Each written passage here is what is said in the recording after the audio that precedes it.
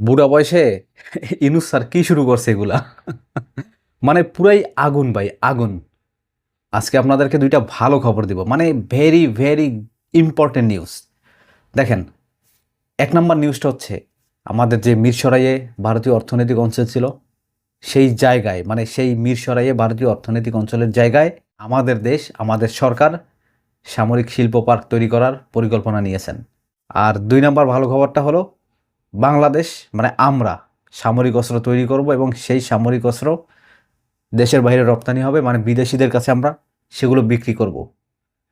এই চিন্তাভাবনা স্বাধীনতার পর থেকে 54 বছরে কোনো রাজনৈতিক নেতা বা কোনো যতগুলো ব্যক্তি ক্ষমতায় আসছে কারো মুখ থেকে বের হয়েছিল এই চিন্তাভাবনা?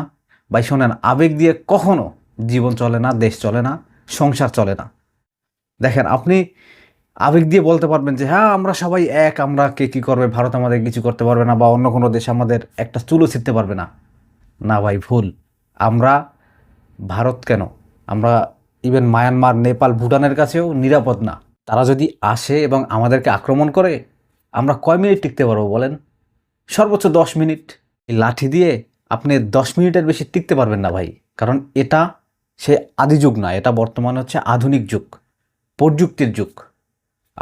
আপনার যত প্রযুক্তি আছে, আপনার যত আধুনিক সরঞ্জাম আছে, আপনার যত আধুনিক সমরাস্ত্র আছে, আপনি তত সেফ।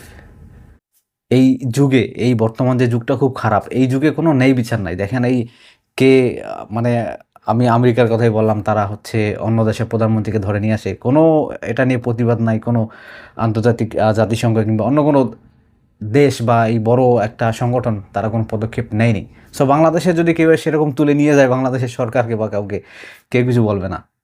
কিন্তু এই পর্যায়ে আমাদের যেতে হবে, সেই পর্যায়ে যেখানে আমাদের সরকার কেন, আমাদের একটা জনগণের গায়ে টাচ করার আগে অন্য দেশ, শত্রু দেশ কিংবা যে কেউ একবার না, দুইবার নয়, হাজারবার ভাববে। তারা চিন্তা করবে যে বাংলাদেশের কাছে যাবো কি না, ওখানে গেলে কি ফিরে আসতে পারবো কি না।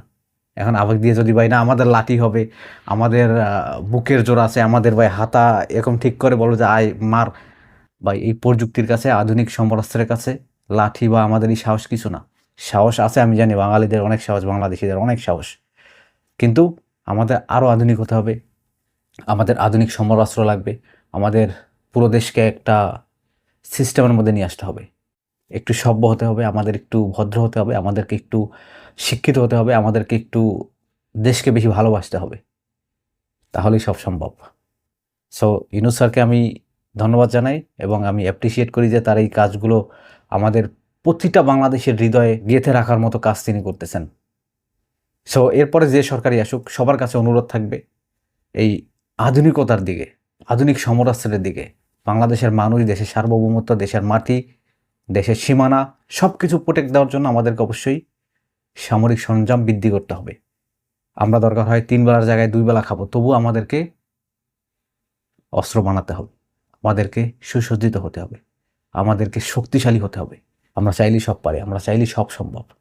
কিন্তু আমাদের দেশের মধ্যে কি হয়, রাজনৈতিক দল ক্ষমতা আসার জন্য অন্য দেশের পাচাটে, ক্ষমতায় এসে ক্ষমতায় টিকে থাকার জন্য অন্য দেশের পাচাটে, অন্য দেশের পা ছাড়তে ছাড়তে স্বৈরাচার হয়ে যায়, দেশের মানুষকে পাখির মতো গুলি করে মেরে ফেলে। দেশের মানুষের কি হচ্ছে না হচ্ছে, দেশের মানুষ কী চাচ্ছে, দেশের মানুষের পালস বোঝার ক্ষমতা তারা হারিয়ে ফেলে। সো এই জায়গা থেকে বেরোতে হবে।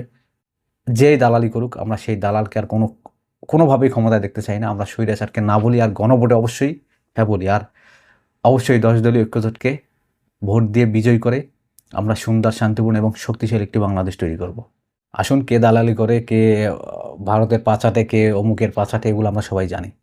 এদেরকে বয়কট করি, আমরাই বাংলাদেশ, আমরাই আমাদের দেশকে একটা উচ্চ শিখরে নিয়ে যাব।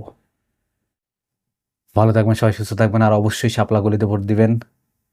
10 দলীয় জোটে যারা আছে, সেই দাঁড়িপাল্লা, শাপলাকলি এবং বাকি যারা আছে সবাইকে, মানে 10 দলীয় জোটকে আপনারা বিজয়ী করবেন। আমরা সবাই মিলে ন্যায় ইনসাফের একটি বাংলাদেশ তৈরি করবো ইনশাআল্লাহ। ইনকিলাব জিন্দাবাদ।